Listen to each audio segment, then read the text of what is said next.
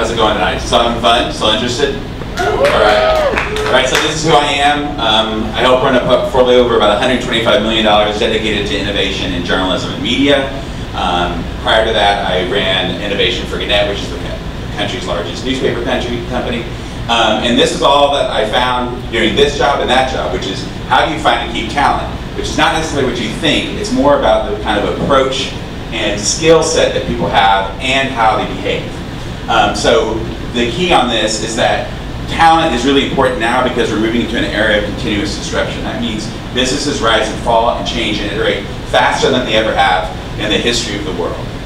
You just have to talk to people who are they're CEO of MySpace to know what it's like to lose that. This is a global crisis, actually. So IBM Research looks at, they did a study to try to figure out what the most important issues were for companies over the next 5 years. So they interviewed 700 people in 61 different countries, the top companies. The number one problem they found was finding creative leadership, right? So this is a huge issue. They need creative leaders to handle this disruption because the old ways don't work anymore. So talent is more important than they've ever seen. So what do we do about that, and what does that look like? First of all, you have to find people who have intellectual curiosity. You can't do anything to help anybody or have people be innovative unless they don't have intellectual curiosity. It's the number one thing I've seen time and time again that makes the difference between someone who does cool stuff or not. Beware the oversized ego. Ego eats innovation for lunch. It's where innovation ends. If you are full of yourself, then you can't be empathic or work with other people to figure out what to do. So this is a really important thing. Find them who are relentlessly collaborative. What I mean by that is all they want to do is work with other team members, find different ways, get together.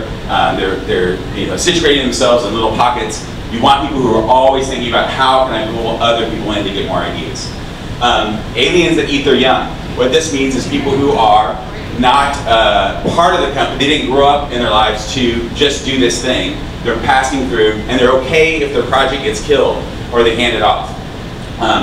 And also, the number one problem we see a lot in terms of management is transformational leadership. So what does that mean? How do you be a transformational leader to keep these talented people engaged and find them?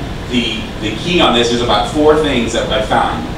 You have to allow people to pivot, meaning change what they're doing. That you reward risky behaviors. That it doesn't mean that they fly to Cancun with your budget, but it does mean that you let them have some things. You're okay with disruption, and you find change agents and move them up the organization faster than you would be used to. The informal network is more important than the formal structure. This is work by Rob Cross from the University of Virginia. What this means is the thing, the culture that you develop actually has more impact on if you're moving forward and talented people like to work there. This is what you're looking for.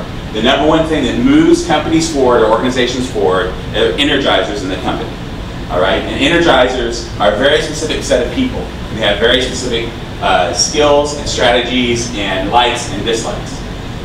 They're the most important nodes that keep you moving forward. They're the most likely to be promoted and the most likely to leave the company.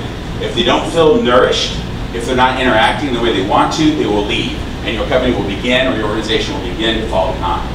They create a personal connection with people, so they treat you as a human. They don't come in and say, did I get the proposal B report? They say, how was your golf week this weekend, or how's your kids? So they're really interactive with you as a person. They help you out, and you help them out, and they appreciate that, and they talk about it a lot. So it's someone that you've probably interacted with before that says, wow, you scratch my back, I'll scratch yours. It's really important for the energizer. If they say they're going to go to a meeting, they go to the meeting. If they're going to file something, they do that. They keep commitments, and they want you to keep commitments. So if you're a talented person and you're blowing, you can't just blame it on creatives and say, oh, I'm not going to do that. You actually have to keep the commitment. And again, this gets back to the ego.